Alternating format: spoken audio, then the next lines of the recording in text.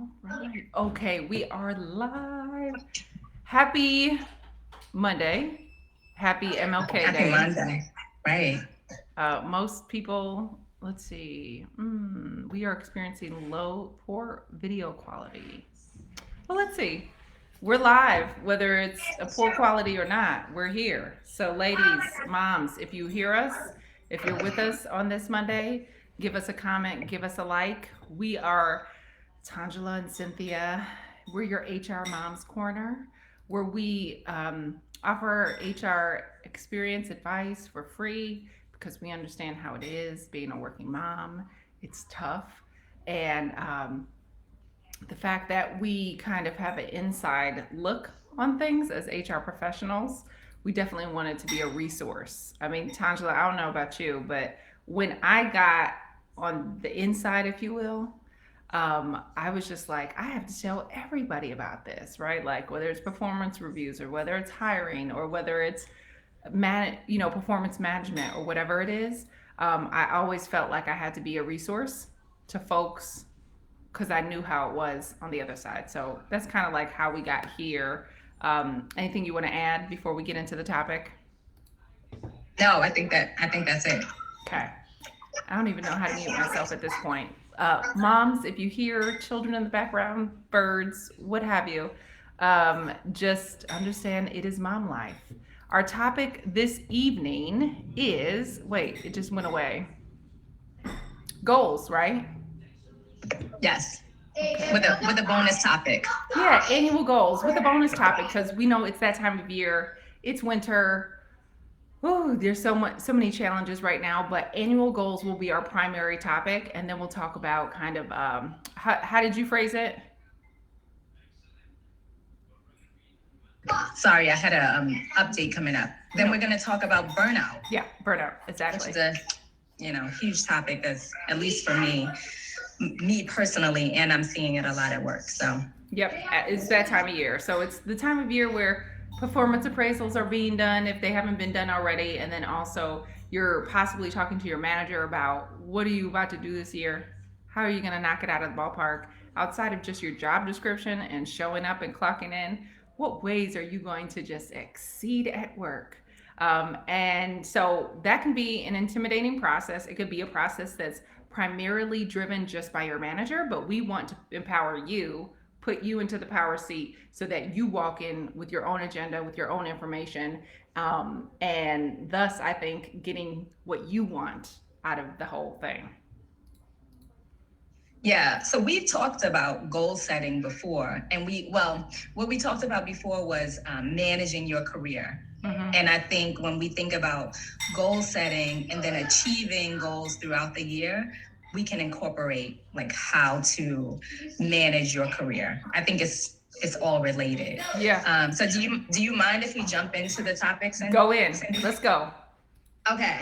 So I think most people think about goal setting and we use SMART objectives. I feel like that's an acronym that people use all the time. So I want to come back one step to just tell you how I think about setting things up. And, as a mom, as a person, thinking about my yearly goals, vision boards, what I want to achieve now and then over years, I typically go to the end.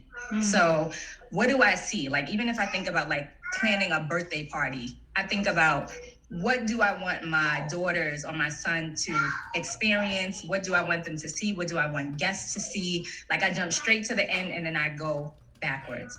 So when I think about goal setting, I think about visualizing.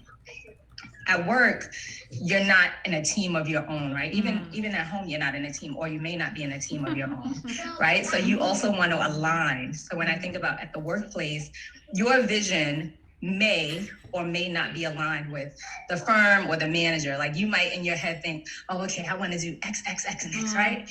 And then when you speak with your manager, he, she, they may or may not agree with you. So that alignment will be really important. So you want to visualize so that you know what the end result will look like. And then you want to align with your manager, so have a conversation. And then you want to plan out. And that's where these SMART goals come into play, right? Like, what are those individual steps that you need to take? And pieces of those do you need to take action on, and then you'll go into the execution. And then obviously, after you execute, at least a practice that I have is evaluating, like seeking feedback from people who are receiving your services, people who are managing you, evaluating yourself, right? Like taking some account around what have you done well, what have you not done well, etc. So I'm going to pause just in case you want to put something in there. Let's just review what SMART goals are: specific, measurable. Yep. Mm-hmm. Yep. Attainable. Right. Relevant. And timely. Time bound. Yep. Yeah, because for example, I could say, hey, Manager Tangela, this year I really want to get better. This will be on more on soft skills, but like my goal this year for me personally is to get better at time management. Right. That's just like such a broad, and then how do we measure it? How do I know I'm going to get better? And so that's why it's good to have these SMART goals, you all, because then okay, by March, have you done this? Have I taken a class on time management? Have I gotten to work 15 minutes or whatever it is? By you being specific and putting kind of data against what you want, you can actually tell better whether you're progressing or not. So it's really important to have SMART goals. Can you give me an example of maybe some goals you would have this year if you were maybe somebody that you work with? Yeah, I mean, that's a hard question. So, I might have a goal that I will increase the number of internal applicants to middle level roles. Yep. Right.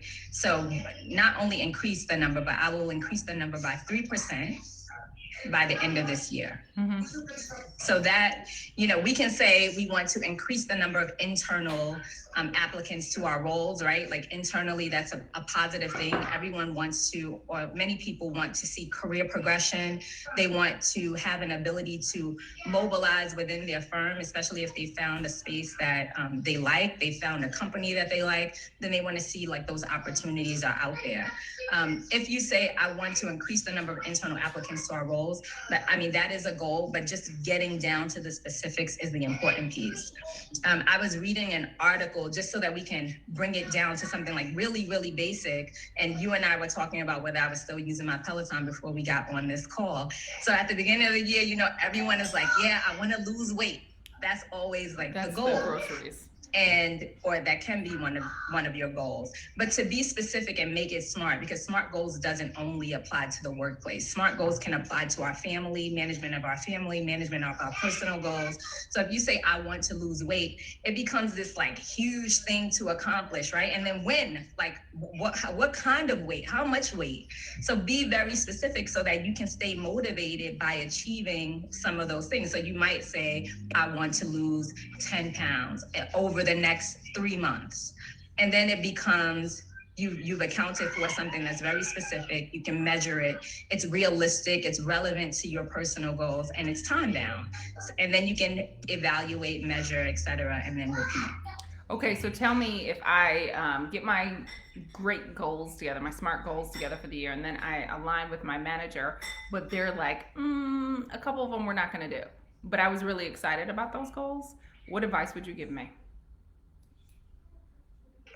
Yeah, I would just check in on the goals of the firm, right? Anytime for your workplace, you are working in a business, right? Maybe it's aligned to your personal values, but at the end of the day, it's a business. So most likely your CEO has put out some strategy where there's a plan for the year, right? You guys are working towards something, no matter what industry you're in, you're working towards something. If you're in education, then you're improving on educational skills. You're maybe adopting a different type of education. If you're in healthcare, you're potentially catering to a different group or introducing something new.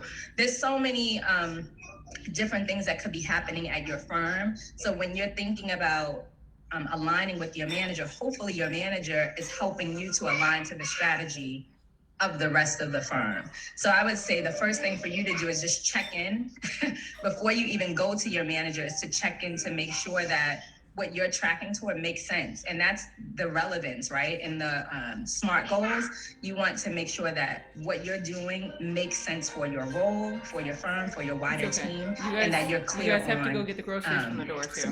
what you're visualizing and making sure that that is aligned to the overall strategy. Yeah, and I just want to mention the reason why goals are even helpful in general. Like, say you don't love your job, or even if you love your job, you know what your job responsibilities are, right? You got to show up. You got to do. Maybe I'm in charge of hiring people. Maybe I'm in charge of workplace culture and climate or whatever it is. But when you get specific with goals, it kind of helps you stay motivated, like you had already said, or get motivated, right? It kind of gives you something to look for, because I can kind of hire throughout the year and it's like, boo, boo, boo, boo, boo. But what if I was like, oh, I want to hire, 50% more females, or I want to, hire whatever, more junior individuals, or I want to promote, all of my people, like you had said. So it gives you something to focus on. And it really is just helpful, right? Because then you're like, okay, this is why I'm entering this building. Or this is why I'm logging on, right? This is why I'm logging on today. Because I'll even give myself goals down to the week, and it just helps me to stay focused. And then it creates this life experience for myself. Can you sit the proper way? Thank you. Because you might fall back. Okay. But it helps you to kind of stay focused, and at the end of the week, feel like, oh, I accomplished it. I'm doing what I set out to do, right? And it gives you this good experience. It kind of tailors what your experience is going to be at work. So super important. So I was taking notes so we can post this with the video later, but go to the end, do this visualizing activity, right? Number one. Number two, align with your team manager on what is most important, which is so crucial, right? Because we can have our own plan, but if we're spending 90% of our time just on what we want and it's not what the firm wants, company wants, it'll just be a waste, and we don't want to waste. And then planning out with specific goals. Number three. Number four, execution. And I don't know if you put evaluating your work like as an additional one, but creating milestones. I usually do my goals according to quarters, and then back into it week by week or whatever. And I try to check in every quarter. This is also something I do with my team. I just send out like a Google form on like, here were your goals at the end of the, at the beginning of the year, and like what you wanted to accomplish in quarter one. Have you achieved them? Where did you like knock it out of the ballpark? Where were you challenged the most? What have you learned into quarter two? Yeah, so all of those Guys, things that you just mentioned, I totally agree. Go. So we're talking about annual goals, but you make a good point, Cindy, because those check-ins are really important, not only to keep you motivated, keep you on track, but it also helps you to track your wins. So a lot of times people, or at least in my experience, people will track things that people are doing to them, or they'll track things that they're disgruntled about, because they want to make sure they have a running list just in case anything happens where they need to like bring it up, right? But on the opposite end, tracking your wins is very important, because at the end of the year, I know I've experienced this myself, you're doing your work and you're just kind of going with the flow, and you may not even take time to acknowledge yourself and all of the things that you've done, the small wins, the large wins on projects, whatever it might be. So keeping a running list of those things, those quarterly check-ins, or however long you want to do it, that's also helpful in tracking what you've actually accomplished and achieved before your performance review comes into play.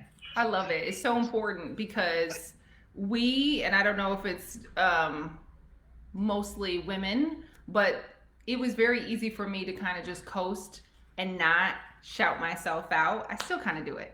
You know what I mean? Where I'm like, I know I'm doing great, but what's so much more empowering is when every quarter we can sit down with our manager and say, here's how I won this quarter. Remember back in the beginning of the year, we agreed on these things, because this is also safeguarding ourselves for when they come in and say, oh, but you didn't do this, you didn't do that, or what about this, and we can say, hey, yeah, but remember we aligned on like these were the most important. So that's where I put my effort, and I knocked it out of the ballpark. So it kind of safeguards ourselves. And let's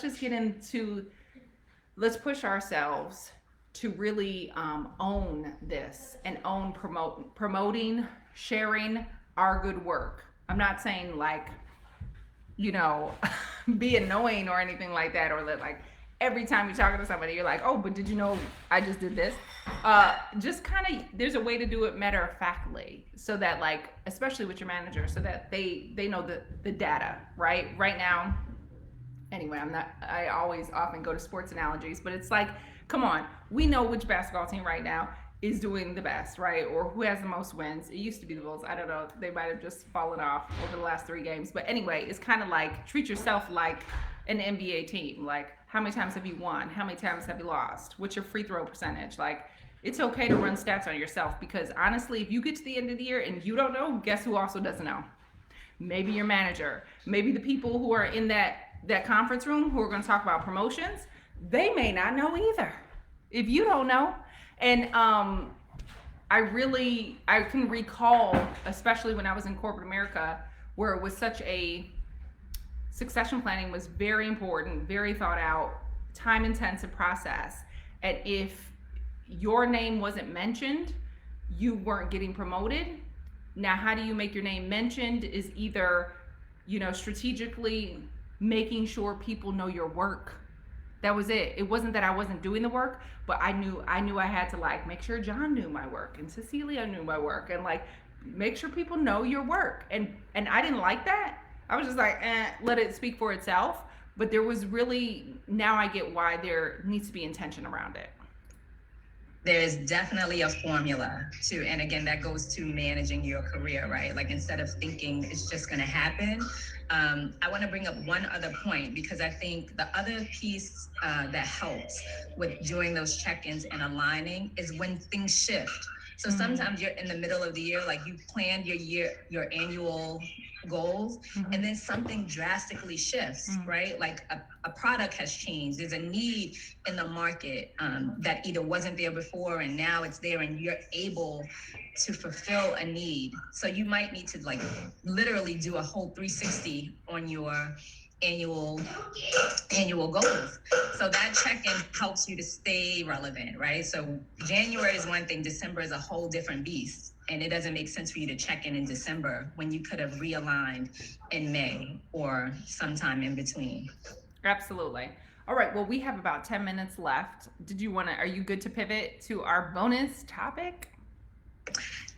Okay. So yes, I want to do just a couple of things, because we hit most of the points on goal setting. So I'm just looking at my notes here. I was looking at a article in Top Resume. So that's actually a place that I refer to quite a bit. Top Resume, the Muse, those are good places. If you need advice on your career, you can go there. They talked about talking about to your manager, but with the career path piece is making sure that you've put in something related to your professional development. So you're talking about your day-to-day, and you're talking about meeting the strategic goals, but a lot of people who progress have broad skill sets, broad experiences. So putting something in there around a seminar, a conference, Absolutely. working on a cross-departmental project, like those are things that can be included in your goals, and aligning with your manager on that will be important. So adding something around learning to your list is important.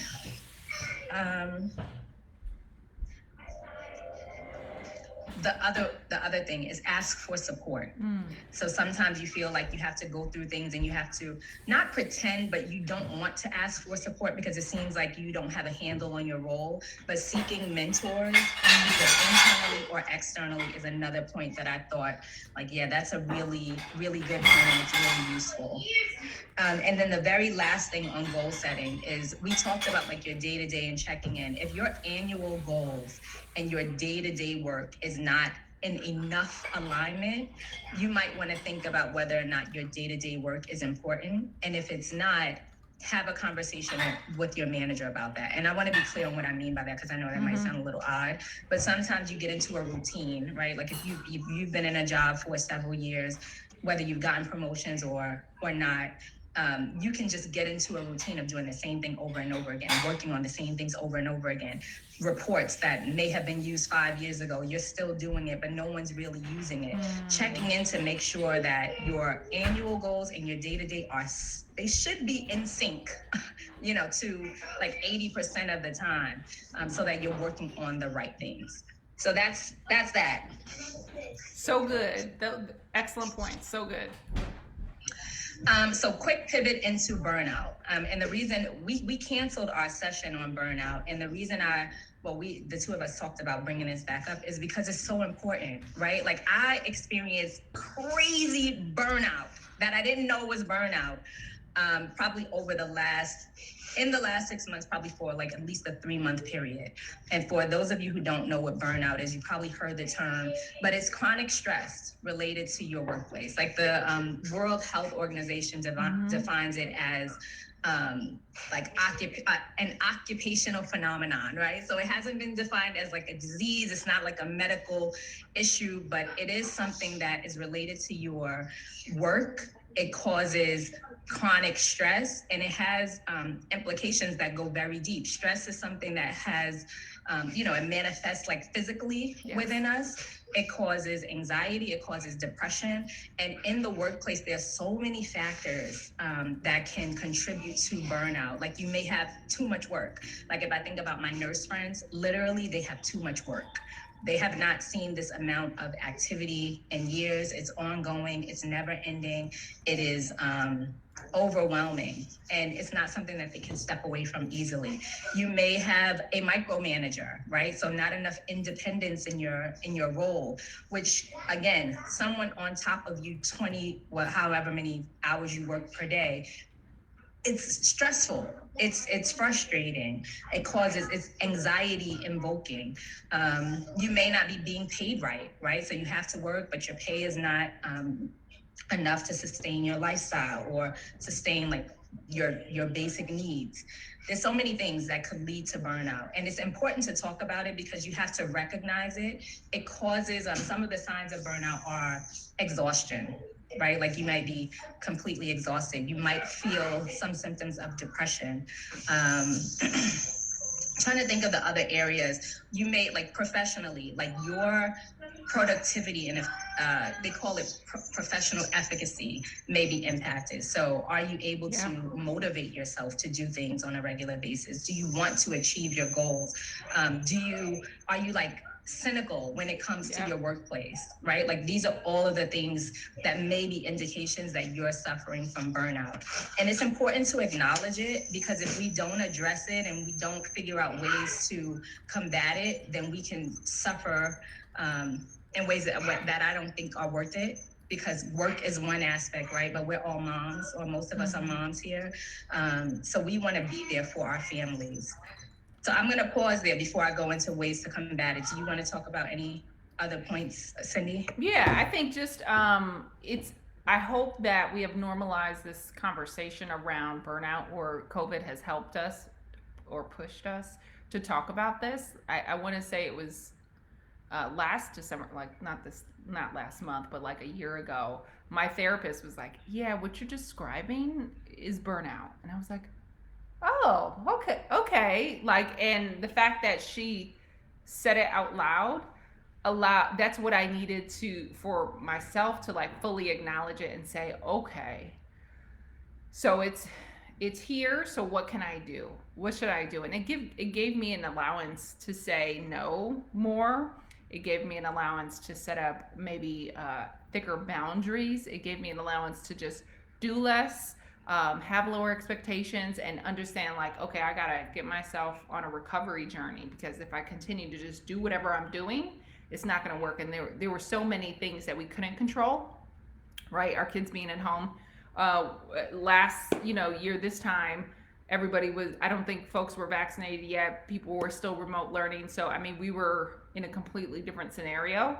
Not to say that we're not still burnt out, but it was a different scenario with no kind of light at the end of the tunnel. And so I just want to say we should normalize this conversation and really allow ourselves to speak about it, and also get better at being self-aware for when it's coming up. I can notice with myself, like when as I was describing it to my therapist about almost a year ago, I was just like, I'm like not very happy every day. I am very irritable. I can't find joy in most things.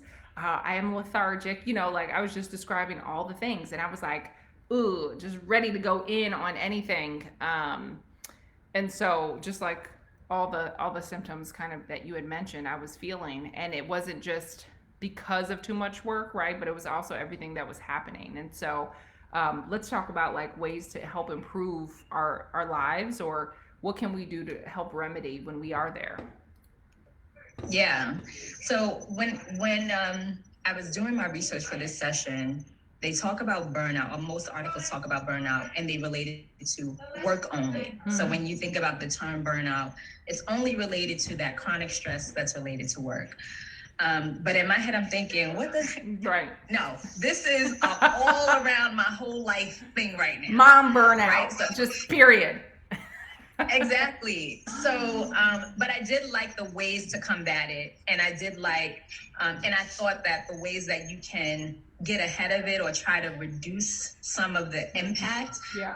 Applies to work, and it applies to like just home life. And even if you're not a parent, I feel like these are things that you can do. So one of the first things and the most mentioned things was relaxation and mindfulness. So relaxation for me has been very helpful. A lot of times I don't think that we realize it. And I don't mean going to the spa and like taking a vacation. This is relax and still do your daggone work because you got to be at work. Yeah. So just taking deeper breaths is an example. So getting more oxygen through your body, getting more oxygen to your organs. And there's a lot of ways, a lot of strategies to relax. But one of the strategies that I saw was, I'm going to screw up this word, but diaphragmatic breathing, which means that you breathe into your belly versus into the top of your chest. So when you breathe into the top of your chest, it seems like you're filling up your lungs, but when you breathe into your belly, you're really using the full capacity of your lungs and pulling in more oxygen, which allows your body to get more blood flow, oxygen flowing through your blood. So I'm no doctor. I'm just telling you guys what has worked for me, right? So breathing in through your nose, into your belly, and blowing out. And I have practiced meditation in the past. It's not something that I've quote unquote mastered because it is a habit that you have to develop. But a lot of times when you're doing guided meditation, they'll have you breathe in and then they'll have you blow out, and then imagine you're blowing out something, blowing out stress, blowing out tension, blowing out things that you don't like. And I find that to be helpful for me, especially in a moment when, so for me, the kids have been home for the past 2 weeks. Like it's an on and off thing. Whereas last year they were here the entire time and work was happening the entire time. So in moments when I'm on a conference call, they're in the back screaming, hollering, fighting. Maybe somebody's like broken something or someone. I got to get my breathing on because it helps me to stay present in the moment and realize nothing's falling apart. Everyone's fine. Stay in the moment and kind of chill, right? Keep things in perspective. So that's the first thing. Should I pause? No, I'll just add, moms, if this is you, I want you to, we'll come back and we're going to read the comments. Have you experienced burnout? Tell us about it. Talk to us about what your winning strategies have been as well. We want this to be a real exchange of resources for everybody. I'm big on meditation because I kept on getting sick when I lived in New York, and my doctor always would say, well,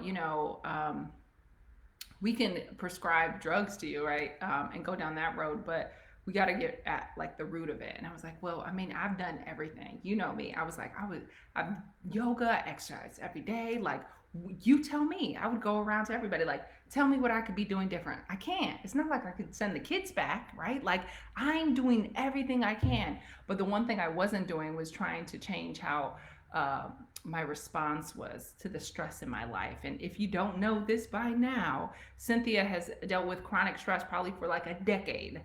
Most of the past decade, the last 5 years have been way better. But it's been a journey. But I had to learn meditation, and I started with like 5 minutes a day, and I went up to like 30 minutes. And this is first thing in the morning before I do anything.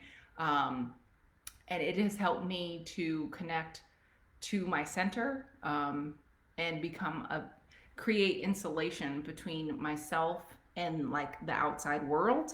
So when things come up, I'm not, so there's like there's thicker, right? There's a thicker layer on my reaction to it, which is good because for health reasons, if we're always like this, guess what? You're stressed out. You're going to be burnt out. Guess what? That also affects your immunity, right? Like there is a real mind body connection. Um, so if you're stressed out all the time, it's bound to affect your actual health. That's why I was getting sick a lot. And so I don't get sick as much. And meditation, I think, has definitely helped. No, I'm with you. So I realize we're at time. Should we? Nope, let's go. Okay, fine. So I think you're completely right. And I want to bring up a point around what burnout is and how they define it in some of these articles. So as an example, in the workplace, for example, if you get an email where your manager is saying, hey, Tangela, where's this report? Or hey, Tangela, where's this project? Where are we with X? It activates what's called a fight or flight response in us, right? And that repeated activation of that response is what causes burnout. It has us pretty much on edge, right? All the time. Like your heart is beating fast, you're breathing heavier, there's a lot of tension in your body. You are in a position where you're like, okay, project, I'm going to get it done tonight. It might not even be due tonight, but your manager's email has sparked like this energy in you that's like, let me get this out of the way so I don't have to think about it. So now you're working through the night and you're trying your best to get this off of your plate. But at the same time, you have your kids to take care of. You need to eat properly. You need to exercise. You need to do all of those things. So hearing you talk about like just having that tension and like it resulting in sickness, like for me, it comes up as heart palpitations, right? Like it's a strong feeling in my chest that I can't let go of. And if I continue to ignore it, I know that would have led to more serious impact. So relaxation is one, and then mindfulness through meditation is the other thing. So that's the piece where we're staying present in what's happening, acknowledging what we can control, right? Because we can't control our kids half the time, and we definitely can't control our managers. So being mindful about what's going on in the present, and then also I don't know about you guys, but not thinking about things in a negative way. So reevaluating or reappraising your negative thoughts. So if you think, maybe you sent out an email, you're like, oh, my manager thinks I'm an idiot. Not going to that negative side instantly, but thinking about all of the other possibilities that it could be. So maybe your manager does think you're an idiot, but he or she hasn't said that yet. So chill, stay in the moment, continue to work on the things that you can control and put your best foot forward on those things. So that, and I'm going to pause because I'm sure I saw you like waving the hand and everything. Keep going. Okay. And then the other piece, and we talked about goal setting, and I think this is a good portion of that, is problem solving. So this is your active coping mechanism when it comes to burnout. So thinking about, and I'll go back to the whole visualizing, aligning, and planning, that whole thing comes into play here, because if you put some time into planning and problem solving, this will allow you to create a strategy around how you're going to address your day-to-day. The combination of work and kids and professional development and personal development, hobbies and friends and family and all of those things require some work. So in my opinion, creating a plan will help you to almost solve the problem before it becomes a problem. Cindy, and I'm going to go back a bit because you talked about evaluating yourself, which I think is important. Like, how do you address stress? Like when these things come up, how do you respond to it? And I think that's also a very important piece, because if you know how you tend to respond to stress, then you can figure out a plan. Then you can figure out a plan around what to do when these things come up. So I think those were all of the points. So mindfulness, relaxation, meditation, problem solving. And you said reevaluate, reappraise your negative thoughts. There you go. Yep, absolutely. No, I think those are really good. They're really helpful. And with time, I think we all become better at being more self-aware and being more in tune with ourselves, being the driver instead of the rider in this life experience. When we're the rider, we're just actively reacting, right? And it's almost like we don't have any control of ourselves. With self awareness, we can become the driver and say, "Ooh, yep, that email came in, and ooh, that call came in, and I felt that. How can I get better? Because the calls may still come, the emails may still come. How can I get better at responding to them or shifting this perspective so that it's not fight or flight?" And sometimes it is a conversation like, "Hey, so I won't be able to respond to things after 5 p.m., but I'll get back to you first thing in the morning, such and such." But there are other times where you can't ever control people, but you can frame what is happening and say, "Yep, oh okay, they're really urgent. It's their fire, but it's not going to be mine. I will respond, but I will respond in ways that are honor my own boundaries for self care." Another thing that I had to do last year during COVID was just like reassess my work schedule and like carve out time where like I wouldn't take meetings.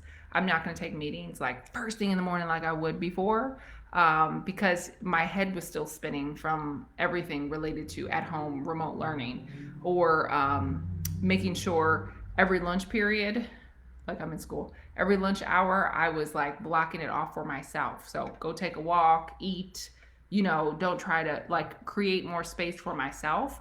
So I feel like that's gotten me into like a better routine of like, how are you doing though? Remember, hit all your marks today. Meditation, um, drinking water, like you said, making sure I stay on my eating healthy regimen.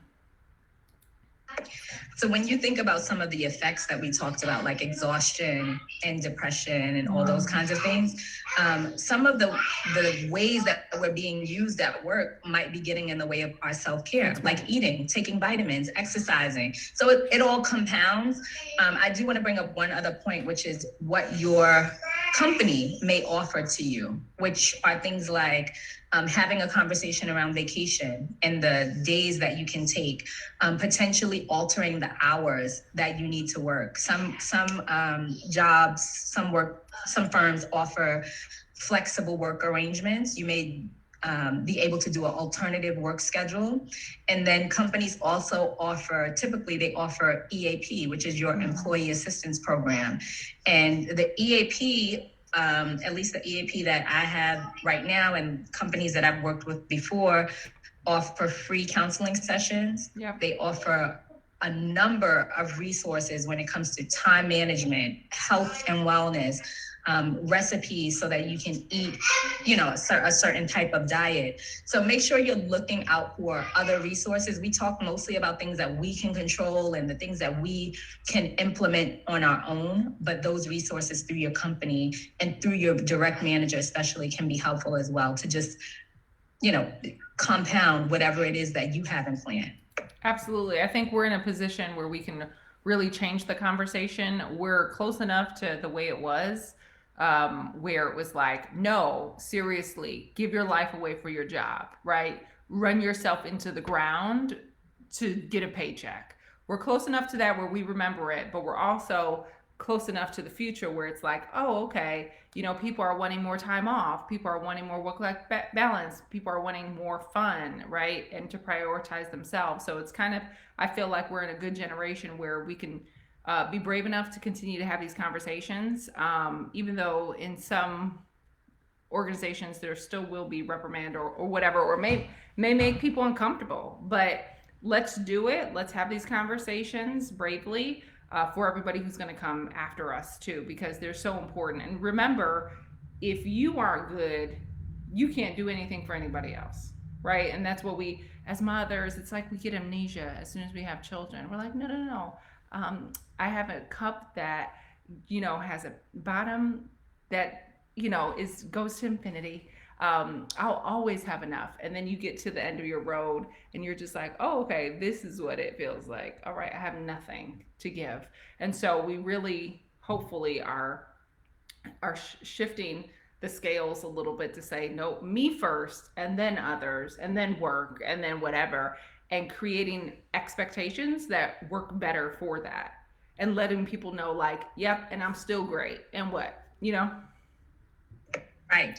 I'm still great and I'm still here. Because when you think about COVID, so many women in particular completely left the work environment, the workplace, right? Like they could not balance their family, or maybe they just prioritize their family. And I do think, at least when I first had children, I was thinking, oh God, like I'm not just mom. I am mom. I am HR pro. I am artist. I am so many things. And I didn't want to give that up. I still don't want to give that up. And, these things I think that we've talked about will hopefully help you all and help us as we continue. I know I'm still practicing things like meditation and mindfulness and reappraising my negative thinking, but so that we stay in the game, and not only stay in the game, but we thrive in the game. So I love it. Thank you so much. I think it's I forgot what, just coming back to the goals originally. I mean, prioritizing yourself, like when I was making my goals for the year, I made sure not to do too much, like, because that's who I am. That's how we're socialized to be, like, no, like all now. And I was like, give yourself 3 things for this quarter outside of just doing your job or responding to crises, like 3 things, right? So it's kind of tied into these like more realistic expectations of ourselves and what's going to be okay, and aligning on them and knocking it out of the ballpark instead of saying, no, everything needs to be done right now. So I appreciate you so much. I appreciate you too. Thanks for making the time today, talking about annual goals and burnout, which is so important. I feel like we always might have to do a little check-in on that. Right. I agree. Okay. Well, I appreciate you. Thank you so much for making the time, and we'll talk to you soon. Moms, thanks for watching, and we're going to check out for you in the comments. Until next month. Bye, guys. Bye.